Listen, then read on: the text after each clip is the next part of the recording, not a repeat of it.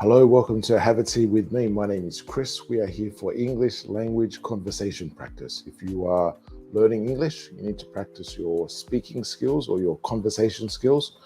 We are here for you. All you need to do is to click on the link that you see in the chat. You can come on through and chat with us about whatever topic you prefer to talk about. We are here every day, Monday to Friday from 12 o'clock Universal Time. So yeah, all you got to do is to click on that link. You'll come through to the studio, and we can have a chat. Maybe there's some particular vocabulary or a particular situation that you want to practice. We can certainly do that. Or maybe you just want to practice general sort of chit chat or conversation about general topics and that sort of thing. Maybe there's a particular issue at the moment that you'd like to talk about.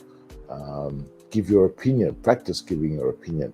We want to try and help you develop your confidence, speaking English and using English. And we're here to help you. That's about it, basically, in a nutshell.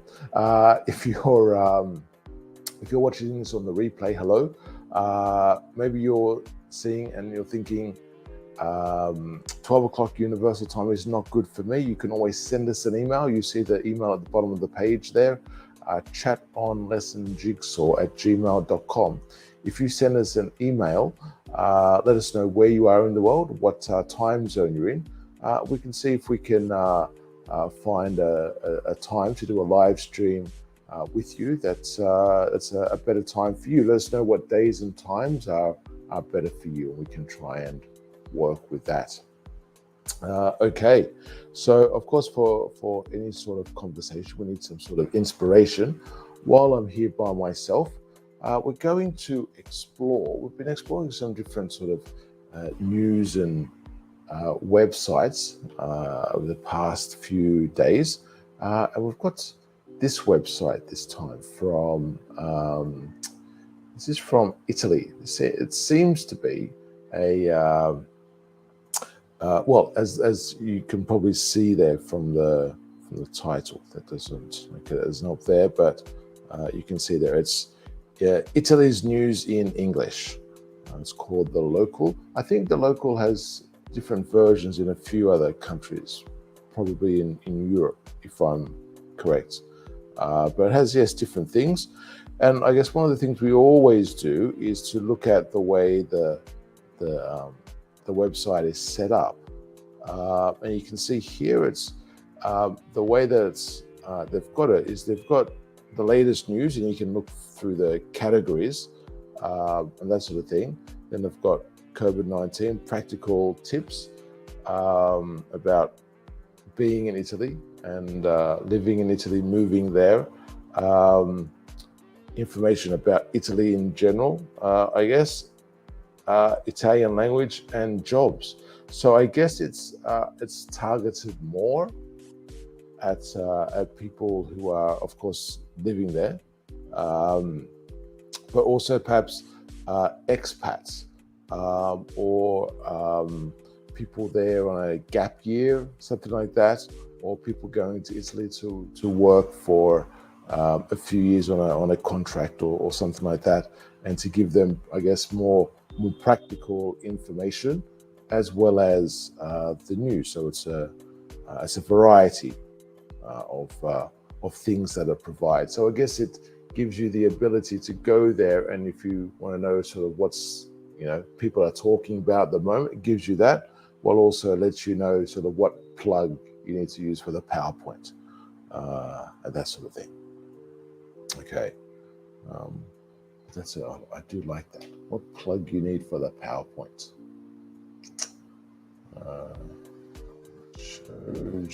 Shows you what plug you need for the PowerPoint.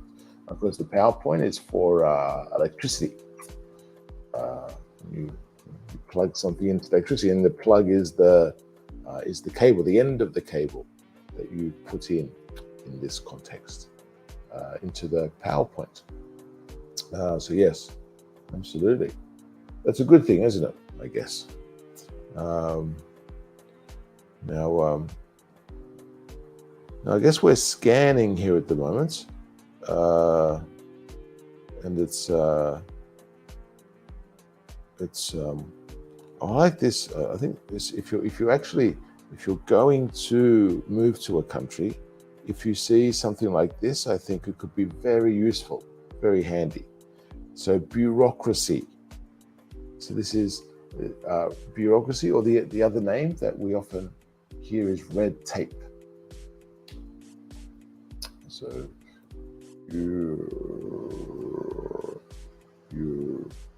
bureaucracy, or red.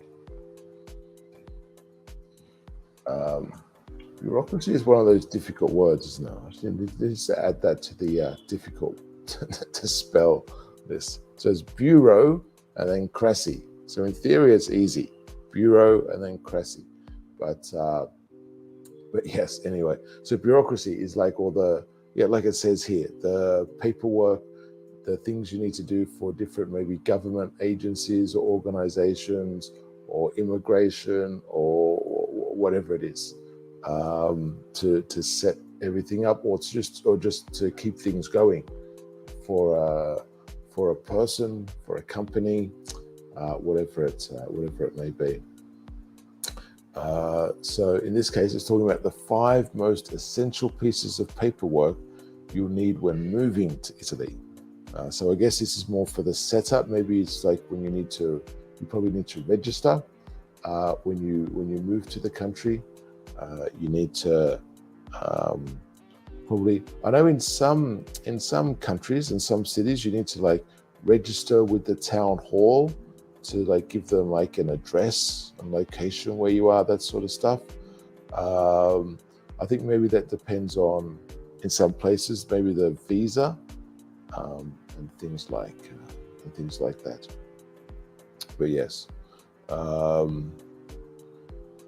so this is a interesting one. Let's have a look at this. So this is titled under the section Family, and the headline is Italian court rules children should take both parents' surnames.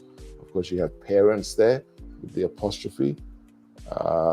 Yes, it's uncommon these days to see S''S. So just the single S and then the comma there, but it's still the possessive, of course. Because I know they do that in some or maybe all, I'm not sure, but certainly some Spanish-speaking countries, they have both of the surnames. I think that's quite a nice thing, actually, when they take both surnames. It's a good sort of good memory, I think, or like a legacy, even perhaps might be a better word. So Italy's highest court ruled on Wednesday that babies should be given both names, both parents' names, not just the father's. Okay, here's some, and again, this is why we like moving around to different websites, because we can see the different language that places are using. In a move, okay, so in a move, so I was talking about the transition. So this move is the change. I guess that's logical in a way, but that move is the change from what was before. Hailed, and the common combination of words, you won't, not all the time, but you'll see this commonly. Hailed as, something is hailed as, but this is hailed as a step forward for women's rights. So this is what people are saying. People are saying this, or it's claimed that this is the situation. And I guess if I have to think about hail, I don't know, you tell me if you disagree. I think it tends to be more positive. I'm trying to think if someone is hailed and or something is hailed and it's a negative type of thing that it's called, or the evaluation, even the evaluation of something. It's perhaps a good way to say, in a roundabout way, the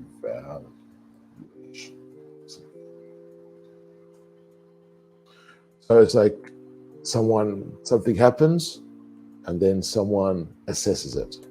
So it's like, I guess, an easy type of example that people could use is in the world of football, where you have perhaps two players are hailed as the greatest of a generation, or perhaps the greatest ever.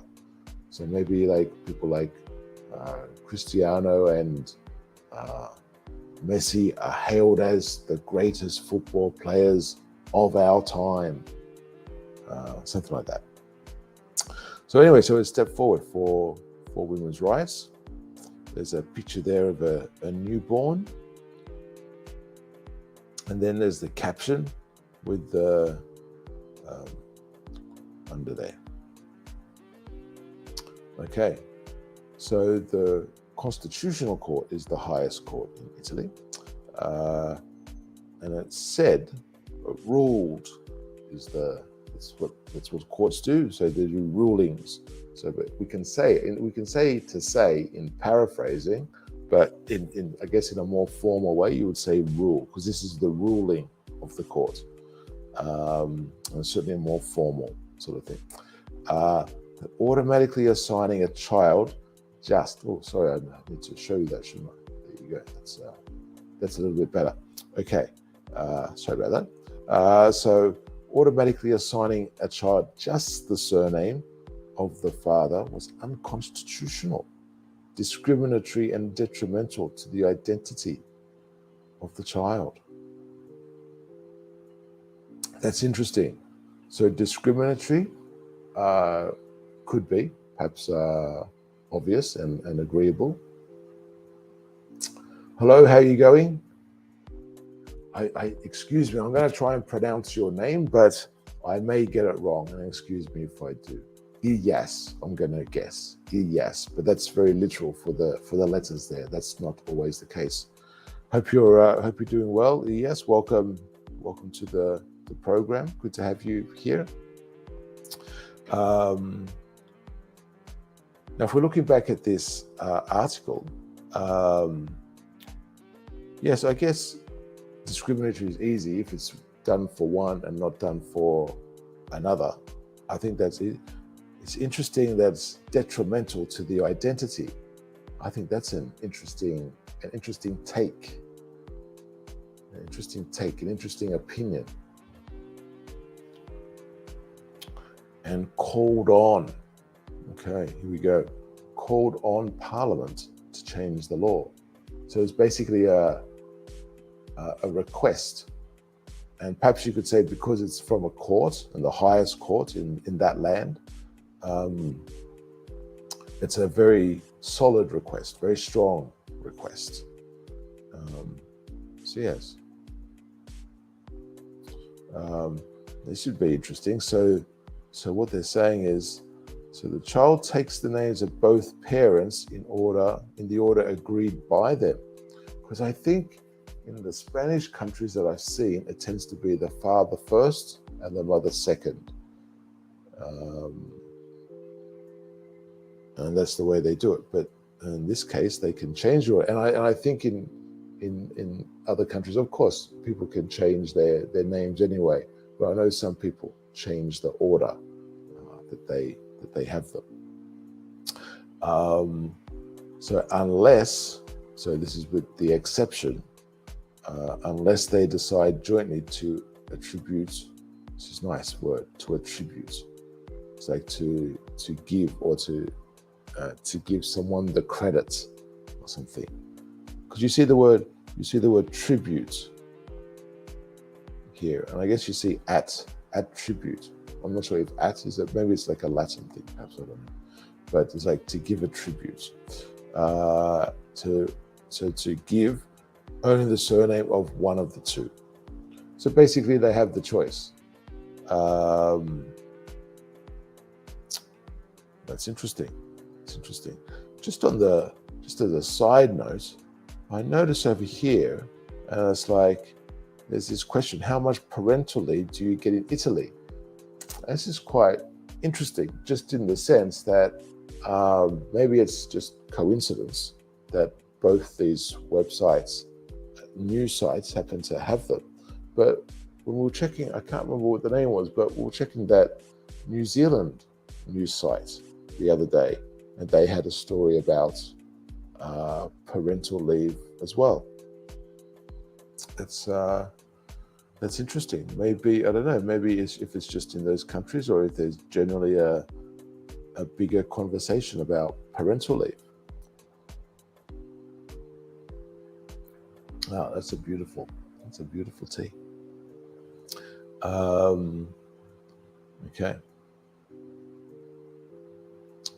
Okay, this is okay. And so the rule should apply to children born to married and unmarried parents. It's interesting that they need to say that maybe that's going back to perhaps old-fashioned ways. Let's say that's it would be strange, wouldn't it, for a law to apply to like that type of law to only apply if the parents were married. But anyway, but I guess they need to make clear, don't they, in case there's any confusion. People go, well, what about? So I guess it's they need to make it clear. It's true, isn't it? So they need to make it clear. If we use the noun, let's use the noun for it. So clarity is important when handing down a ruling. Maybe let's use that. Yeah. So we've got the ruling to use the context, because it's from a court. Handing down is when they're giving the ruling. I assume perhaps that's a literal thing. Maybe like because the judges tend to be up on a higher level inside the room, so they actually hand down the decision. Perhaps the tradition, that's what it was. And clarity is the noun for the idea that something is clear, easy to understand, something along those lines. So yes, so they do need to make that clear, I suppose. So even though I say, it might be obvious that, it applies to both married and unmarried, or children of unmarried and married parents, I guess that it needs to be explicit, we could say. I guess explicit has a few different, but like explicit being very clear and actually write that example. This is where the conversation goes off a little bit, so I guess. On a tangent, but not too big a tangent, because often when you see lists of different things, sometimes it's when you have like a job description, for example, I guess is the most common one, but you'll see it for other things. But just any place where they give you a list, you can often see maybe at the top or the bottom, they will say this is not an exhaustive list. Or exhaustive, because if something is exhaustive, it's like you're exhausted because you get to the end of something. And when you get to the end, it's like, oh, I can't breathe anymore, or something. I'm exhausted.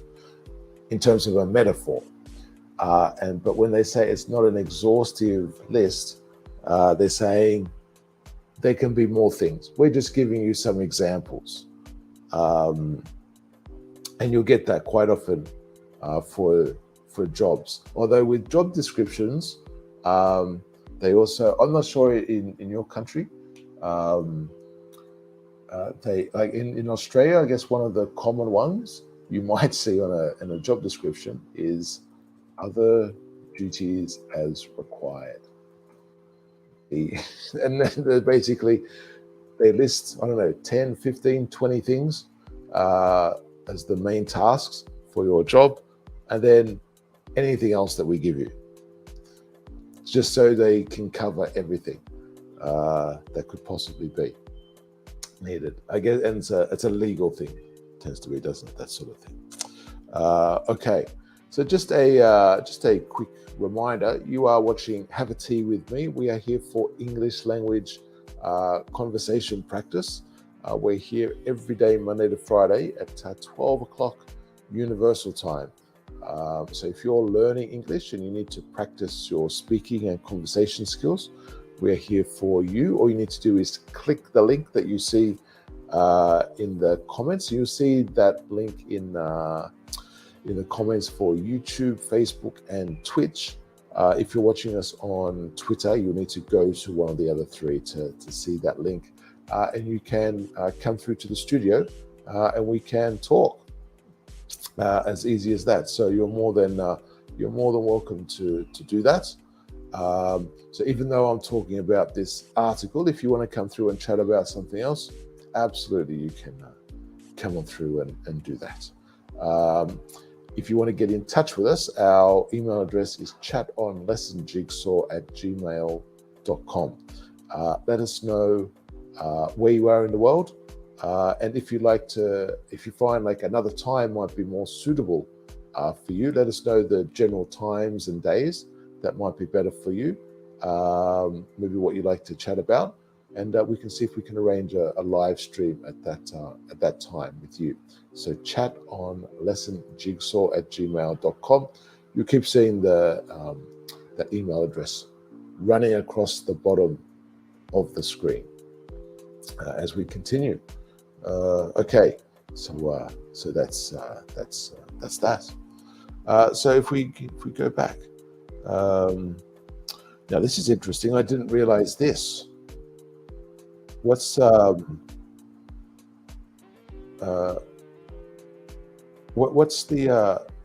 standard the standard or common thing to do in your country with this sort of thing? So in Italy, it is standard practice for women to keep their last names after marriage. I didn't realize that. Okay. I didn't realize that at all. Okay, that is interesting, because I know in a lot of countries, women change their name to their husband's surname when they get married. And so as a result, okay, so this is a nice bit of language here that we can take a note of. So as a result, so this is the consequence of something. So in this case, the consequence of keeping the last name. As a result, it's usual for mothers to have different surnames from their children. I mean, that's logical. But again, this is a nice way of introducing that extra information. You're talking about that consequence of the situation as well. Okay, and then another way to say the same thing: the ruling means. Okay, so again, you've got the consequence here, or this is the consequence. What happens after that? Karima's here as well. How are you, Karima? Good afternoon to you. Hope you're doing well. You're very generous to me, Karima. I guess it depends what country you come from in terms of how this is used. But if I was Sir Chris, that would mean perhaps coming from Australia. If I was Sir Chris, that would mean I'm knighted, as in the Queen Elizabeth II, or someone in the royal family had knighted me, and I would be Sir Chris. Like I don't know who, like Sean Connery is Sir Sean, or Sir Elton for Elton John, or who else? I don't know. Sir Richard, or Richard Attenborough, or someone like that. So you're very generous with your comment there. But I understand you're just being polite. I'm just having a little fun with that. But yes, I know it's polite. Remember, in English, this is quite common actually. In English, We don't use the surname generally. Sorry, that we don't use sir with or sir or Mr. Mr. I guess the common thing is you'll hear Mr. or Mrs. or whatever with the first name. With sir, you will see it. That's true, particularly like with headlines and stuff. Things are more casual these days with newspapers and that sort of thing. So you'll have sir in the first name quite a lot. But in general, when using a person's first name only, we don't use, for example, Mr. or Miss or Mrs. We only do that if you include the surname. Interesting that we're talking about names here. I guess it was destiny that happened. But yes, so say for example, if the name is Tom Jones, you would say, hello, Tom. You wouldn't say Mr. Tom. You would say, hello, Mr. Jones, or hello, Mr. Tom Jones. It's a little bit more formal, of course. And maybe when you write, you might see that. But not just with the first name. But it's a common thing that people have, or people use. I'm fantastic. How are you? How are you? Good to see you here. No worries at all. I hope you're having a pleasant day as well. Hope everything's gone well with the tutoring and the classes. So I will say, oh, okay. Maybe I said that in a bad way. So what I mean is, with the first name, we don't use Mr. or Mrs. in English. So you just say Chris, for example. So thank you for this information, Chris, but not Mr. Chris. Let's say my name is Chris Jones.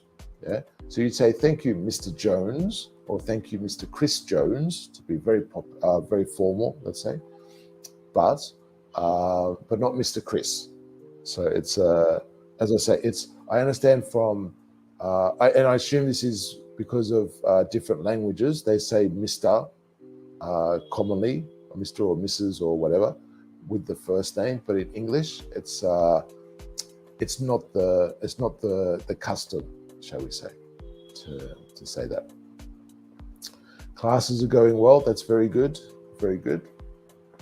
I'm curious. And I'll keep asking you about the different sort of class things. The school year. Does the school year where you are? Because I think you're in Morocco, if I remember correctly. Does the school year finish, or the academic year, maybe is a better word, finish in like mid-year, like around May, June, July, something like that? Or does it finish at the end of the year? I'm going to assume, because of the location, perhaps it finishes mid-year, because I know like in Europe that tends to be the case, so they can have the summer holidays, because summer holidays is almost always the big break that kids and teachers have from school. But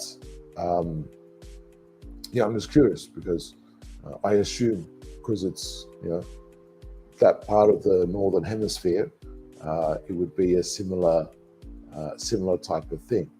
Because I know, well, I don't know, because I think there's a few countries at least that I know have the school in the southern hemisphere, have the school year like the calendar year, so January to December, basically, and again to reflect the summer, when people have the bigger break in summer.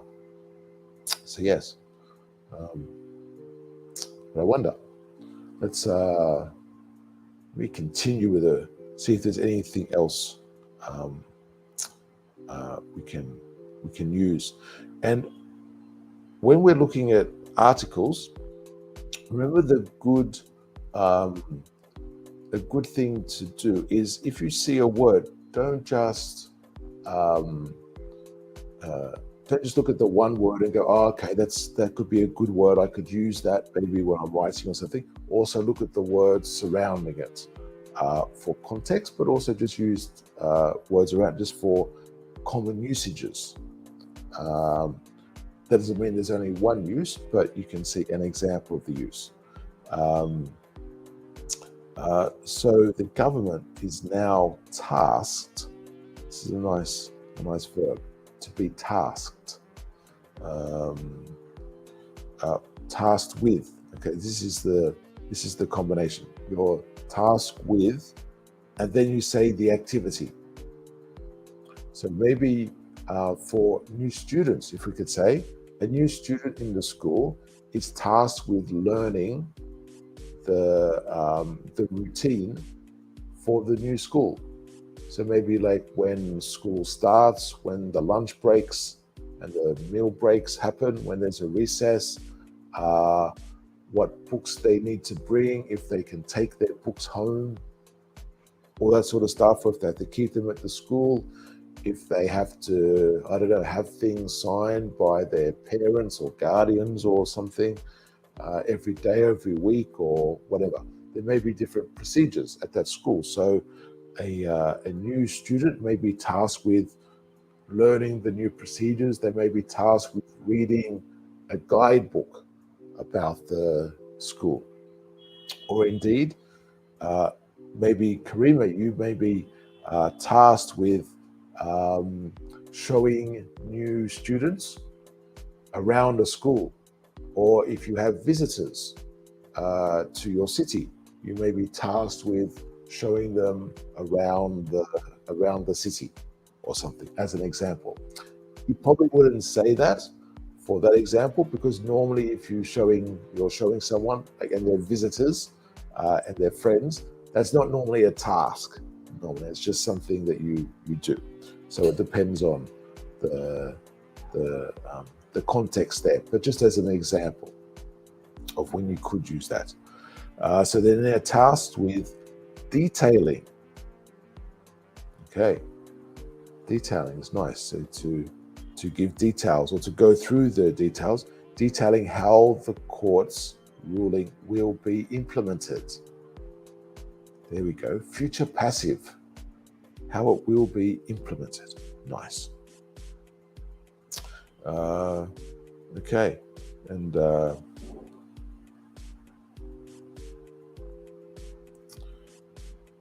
okay, so yes. So that's it. That's an interesting article.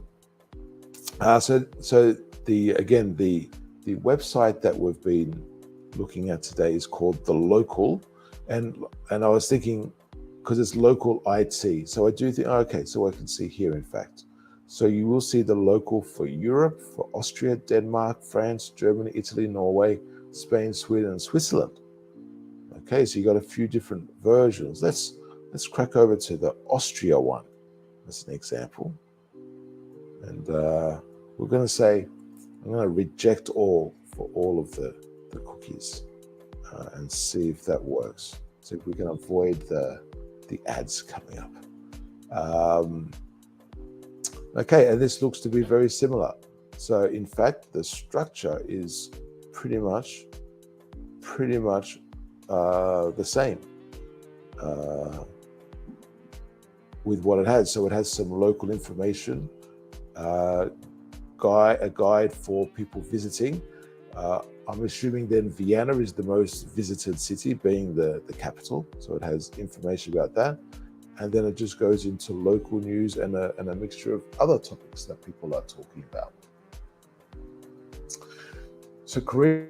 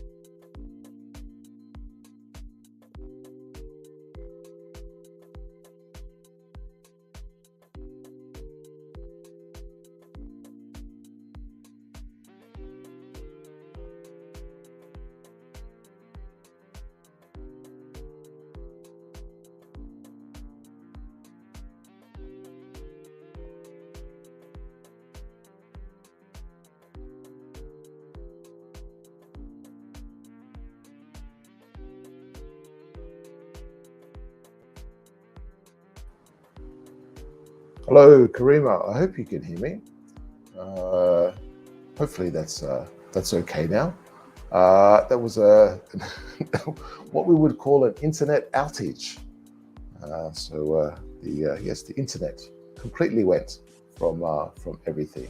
So yes, that would be why you couldn't hear me. And I think the site that I'm using to stream with, they they just continue even though there's no no internet from me. So it's not nice to know the music continues, even if I'm not continuing, so to speak. Uh, so yes, okay, good to hear. Good to hear. Um, so we're okay. So uh, inferring. That's right. I remember I was inferring before that interruption. So I will infer. So I will, um, from what you said, I will gather this information that because you mentioned primary here, I'm going to infer that perhaps bachelorette is um, older students than primary, perhaps the early part of secondary. I'm not sure if I think it's the middle school you were saying before. Um, and again, so I will assume that the exams are later this year because I'm assuming when they started on the 2nd of October, that means it started later, um, later this year. Because I know in some European countries, I think they start in September, seems to be the common thing. So a lot of them have like July and August sort of time is the general sort of holiday period. And then, and then later they have after August into July, maybe depending on the school and the location, maybe the first, second, or third week of July, they get back.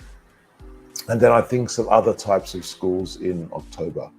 I think there's a difference between public and private schools in a lot of countries in terms of how much, also how late they return and that sort of thing. Okay, all right. Well, good to hear you and you enjoyed the music there. Let me see if I can get this this other page back up again. Okay. So this was so as I was saying, it's a very similar format. So I'm assuming with this website, they follow the same type of format. This is nice. I like this this sort of thing. So they've used the word here, roundup. So today in Austria, a roundup of the latest news on Thursday.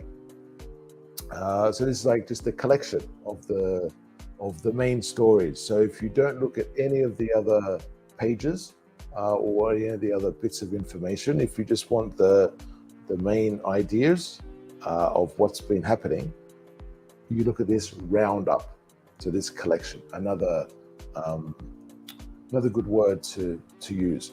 And of course, with all of these different words and examples that we see, the important thing is you may see a whole bunch of them, but try and sort of stick to maybe in one day the ones that you prioritize. Like get the list, but prioritize maybe 4 or 5 and try and actively use those ones.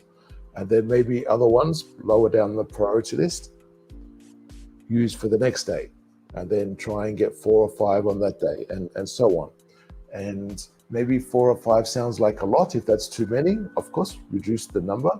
But if you think that's maybe not enough, you want to learn quicker, it's still, if you think over a month, 4 or 5 is, you're getting towards 120, 150 words or expressions, as the case may be.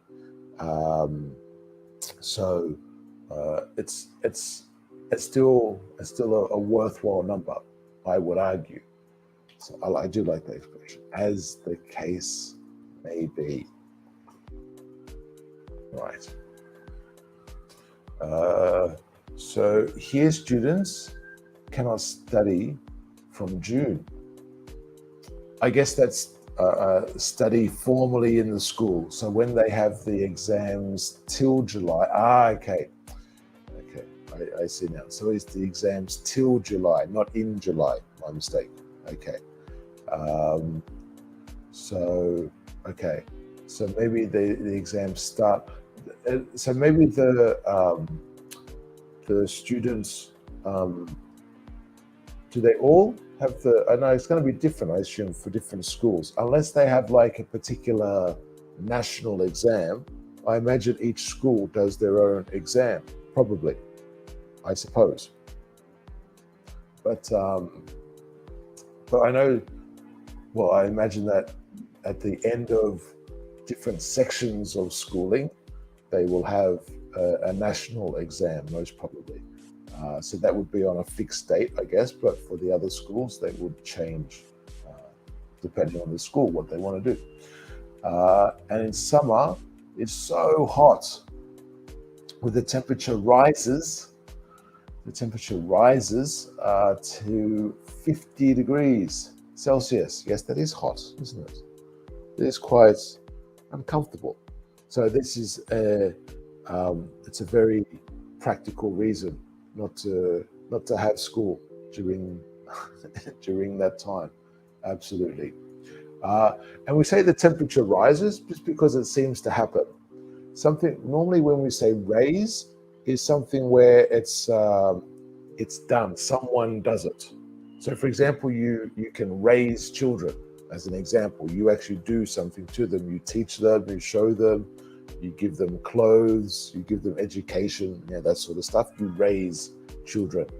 Or you can raise something. Maybe you're lifting a weight. You raise the barbell or something.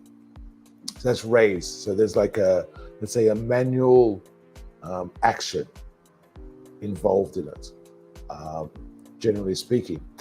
But rises is like, for example, the sun rises. No one does it. No one's pulling on the sun. Okay, come on, let's get up today. No.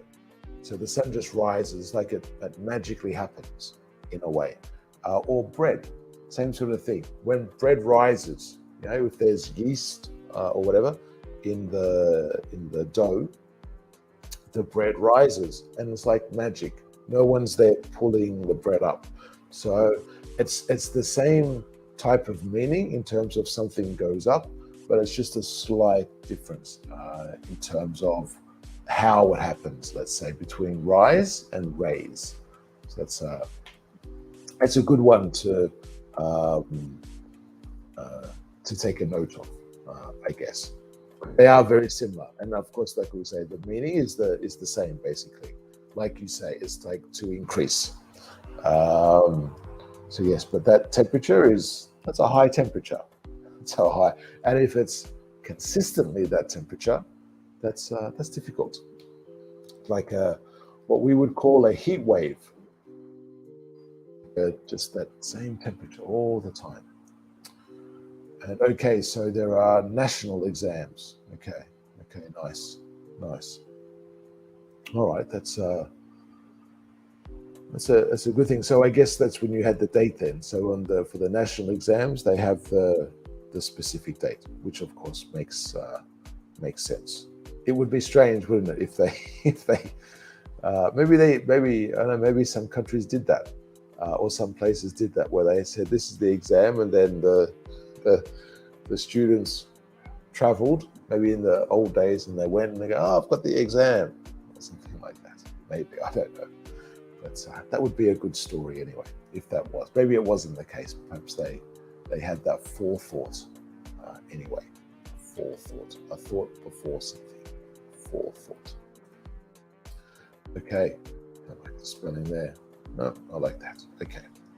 Okay, we're going to leave it there for today. Thank you very much for joining us. Thank you for participating. Good to see you again, Karima. I hope the rest of your day, the afternoon and evening is really good. I know Ramadan is finishing soon, I think, within the next week. So that should be a good time as well with the celebration at the end of Ramadan. We're going to, as I say, leave it there for today. Thanks for joining. Thanks for liking, subscribing, following, all those sorts of things. And we'll see you again tomorrow at 12 o'clock Universal Time. Take care. Have a great rest of the day. If it's morning, afternoon, or evening, stay happy and stay safe. Take care. See you.